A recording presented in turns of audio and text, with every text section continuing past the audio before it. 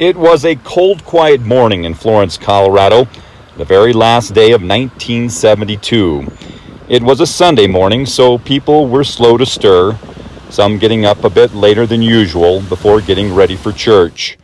The furnace was stoked at the First Baptist Church at the intersection of East 2nd and Petroleum to cook off that late December chill. The same was happening across the street at the First Methodist Church.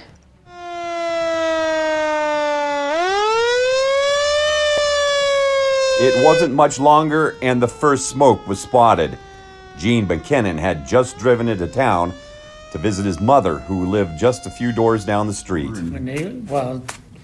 When I pulled up, there was smoke coming out, the roof, but didn't think nothing about it because they started up the stoker to heat up the church for service that morning. And then the fire truck started showing up. And so that was about the biggest moment because I stayed most of the day to watch. Jim Meyer of Jim's Tire in Canyon City was on the fire department at the time.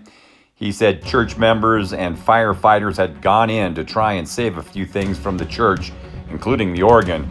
But by the time the fire department could stage a full attack, the flames were through the roof. Firefighters were out of the church for no more than a few minutes when they could hear the organ crash through the floor. It took 5 years to build the beautiful sandstone church when it opened in 1898. From the outside, it looked fireproof, but that was not the case. Meyer and 24 volunteer firefighters quickly took a defensive stance. They were no match for the inferno. The small department had one ladder truck. They purchased it from the power company. It had a wooden ladder. This isn't the first time the Florence Methodist Church had faced a disaster. This picture is of a fire that swept through it one night in November of 1922.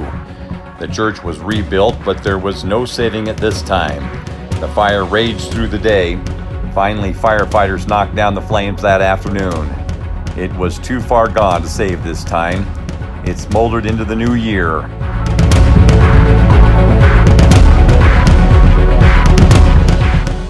The exhausted force was finally able to call it a night, just before 2 a.m. the next morning. It was a faulty flue that started it all. Gene McKinnon would join the force the following year. He has served nearly 45 years on the Florence Fire Department, many of them as chief. He's seen a lot of advancement in equipment and firefighting techniques in that time. He says they might have been able to save the church with the equipment today.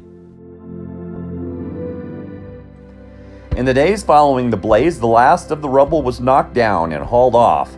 Except for a couple of sheds, the southwest corner of 2nd and Petroleum in Florence still sits vacant today. The congregation prayed hard that morning in 1972, and thankfully, no one was seriously hurt. By the time 1974 rolled around, they had a new home for worship just east of town.